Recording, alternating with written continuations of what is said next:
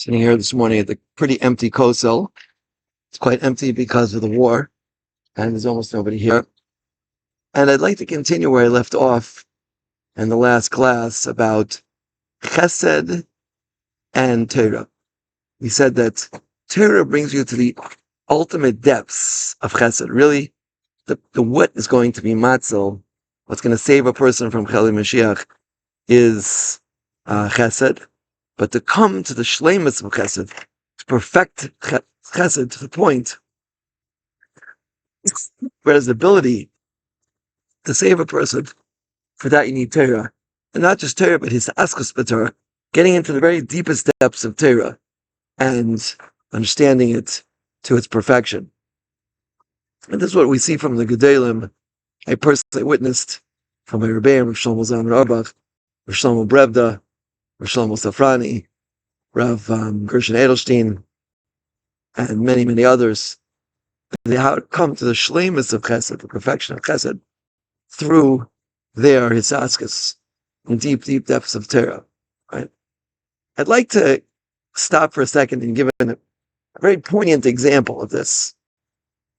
We live in a generation which is filled with problems. Filled. If I would have $1 for every problem I've heard about, I would be an extremely, extremely wealthy person. And most prevalent in this list are the psychological disorders, bipolar, borderline personality disorder, severe depression, schizophrenia, many, many personality disorders, many disorders that have been labeled. And Baruch Hashem, a lot of these individuals are getting help and trying their best to function under their trying circumstances. And the question is, what about everybody else? These are the people who are suffering, and they're involved in nisyonos. But one of the greatest hasadim that we could do, possible, is to learn how to relate to a person where he is. Chazal teach us, Ein hamakam mechabed es ha'adam. The place where a person in doesn't honor the person. Ella ha'adam mechabed es makomo. The person honors his place. Where Hashem put you, right? We know the Chavetz Chaim says about Moshe Rabbeinu when he's by the sneh, right? Hashem tells Moshe Rabbeinu, "Hamakam atzar nimsa kodeshu." Chavetz Chaim says every place where you're put is holy ground. If Hashem put you as a borderline personality disorder, or schizophrenia, or bipolar, or depression, or whatever it might be, personality disorder, whatever, low self-esteem, whatever nisyonos you might find yourself in, right? That's your place, and Hashem wants you to bring tremendous, tremendous light. One young woman wrote to me about a class I gave on this. She says, I was watching your class and I was crying because I was so moved by this concept. And the concept is that Hashem put you there. I told this young lady, you could fill that place with light, just like it's so dark here now with the Kosel. And the only thing which is giving light are these strong lights which are shining in our face, right? You could bring the infinite light of Hashem into your nisyon. That's everybody else. But what about everyone else around this person, around these people? What's their job? The greatest chesed a person can do is to learn how to accept other people for who they are and appreciate who they are, appreciate the nisyonos, appreciate what they're going through, right? Appreciate the avoda, the work they're putting into getting through life under such trying and challenging situations. This is one of the greatest chasadim that you could possibly do, to accept somebody for who they are, not to judge people, right? I just going to speak about this idea tonight in my Mishlei Shir, right? The Vilna Gaon speaks in Perek Tezvav of Mishlei. There was a Modon and Reeve. He says Modon is the beginning of a fight and Reeve is the middle of a fight. And says Modon, he says everything starts with Modon because you're judging somebody else. When you judge someone else, that's how a fight begins, right? If I look at somebody else and say, this person is XYZ because of XYZ, then that's called Modon. That's how fights start, right? By judging other people and by categorizing them and by putting them in certain classifications, right? Our job is to understand that every single Jewish man, woman, and child is our brother and sister, and to appreciate people for who they are, right? Whether religious or not religious, whether they are Sephardi, Ashkenazi, Hasidish, Dati Leumi, whatever they might be, whatever kippah they're wearing, they say that if you don't have this rim around your kippah, then you're not fully Haredi, right? So Baruch Hashem, I have it. Place I buy them, only sell them. So, but saying like, I don't care about the rim around the kippah, right? I just care about you as a person, right? And what can I do for you? How can I help you? How can I make your life more pleasant and happy in your world? Right? How can I give to you? How can I elevate you? Right? How can I inspire you? All of these thoughts are thoughts which we should go around 24/7. Every single person we meet, right? When we meet someone, we should think, what can I do to make this person's life better? And if all of us would be doing this, the world would be so different. And it's not easy. David HaMelech said, "Otziah masker nafshi lodas hashmecha." Take me out of the fetters of myself so I can thank your name.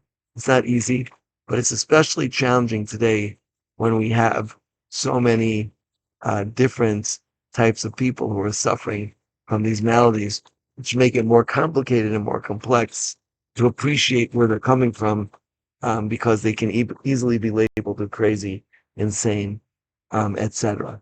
It's very hard and complicated to be able to get into their life and appreciate what they're going through and to be mechazik them.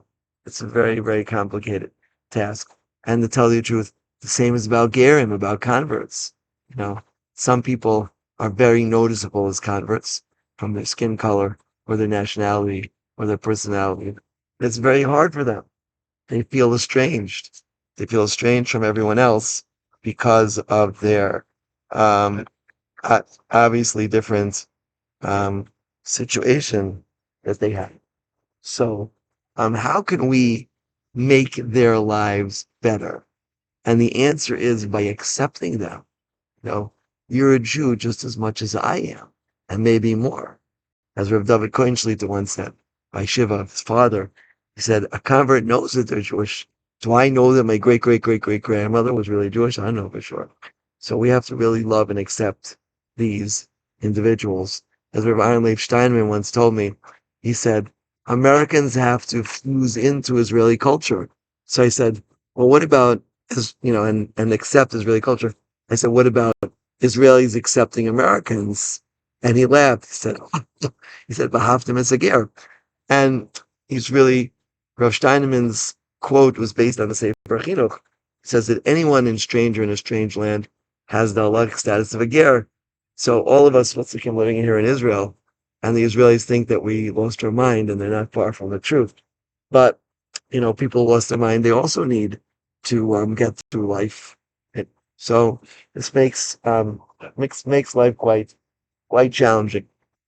And therefore, I'm asking everybody listening today, and I'm starting with myself because I need to hear it the most, that learn when you meet somebody else to think, what can I do to make this person's life more fulfilling, more inspired, more happy, more pleasant? Yeah. And if you go through your day like this, from person to person, you get on the bus, you say good morning to the driver.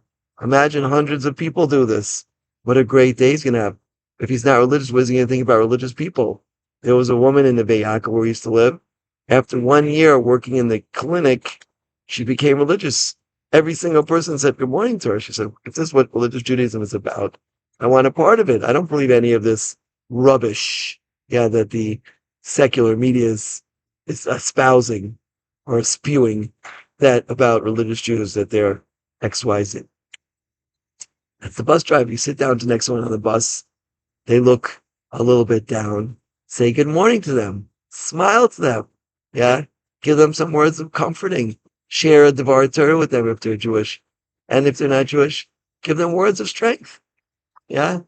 There's so many things we can go through our day. Look at Yosef Atzadik. He comes to jail, yeah, and he's what's it called? He sees the Sarah Tabachim and the Sarah Mashkin, and he says, "Why you look down today?" You know, the fact that Yosef noticed that, and he used his energy to inspire them, is something we could all learn from, right? How our interpersonal relationships are supposed to be structured and what we're supposed to be doing with our day. This is one of the greatest chassadim that we could possibly do. I want to finish with one more idea just to conclude. That I started learning the Amud Yomi of Dirshu. They started with brachas, and the Gemara in brachas of Chesam and Aleph says that anybody who's osik in Torah and Gemil Chasadim and davens with the tzibor, then he's paida Hashem and the Jewish people from the Gullus. So once again, we see the integral nature that Chesed, which is preceded by Torah, right? The infinite depth of Torah, which follows through with deep acts of Chesed. What I'm telling you to do today, it really needs a lot of thought. This is what Chazal tell us: savor panim yafos. Savor means to think, to look at somebody and think, what can I do to make this person happy? When you smile at them, feel for their situation, feel for what they're going through, feel their pain, especially if they share with you. As somebody 2 days ago shared with me that his aunt is one of the hostages in Gaza. I said, oh my, that's devastating. I'm going to daven for her to get out. I hope she'll be released soon. To empathize with what she's going through. Yeah. To do that. That's savor panim yafos. Think about it. Chazal teach us that Gemilas Chasadim, which is preceded with Chesed, yeah, and then a person tries to daven with the tzibor, come together as part of the tzibor, part of the congregation, to come together and to be part of Klal Yisrael, and together davening to Hashem, to ask Him for the Gula. This is what's going to bring us back to the Beis Hamikdash, to the other side of the wall, B'ezrat Hashem. And instead of the Arabs screaming out their call to prayer at 5:23 in the morning, it'll be Jewish people filling up this area of the Beis Hamikdash. The Beisi al Har Kadoshi, right? Bring you to the holy mountain. Right? Beisi, based tefillah, kol amim. The nations of the world could come here, but this is our place, this is our home. And this is the home of the Shekhinah. We want Hashem back. And the way that we could bring Hashem back here to the Beis Hamikdash is by, number one, learn Torah very deep. Learn Torah as deeply as you can. Number two, use that Torah in order to do acts of kindness. Number two, right?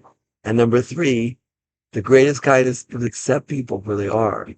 Give people the feeling that they're important, that they're needed, that they're loved, that they're cherished, that they're significant, that they're Jewish, yeah, that they're just like you and me, right? Even though I'm not sure that which category I fall into. But in any event, when you meet another Jew, feel like you met your long-lost brother or sister you haven't seen in many, many years. Feel chavibus, feel excitement, feel closeness. These are all acts which are bringing us closer and closer to the final redemption. It should be very, very soon. Amen. Came through outside.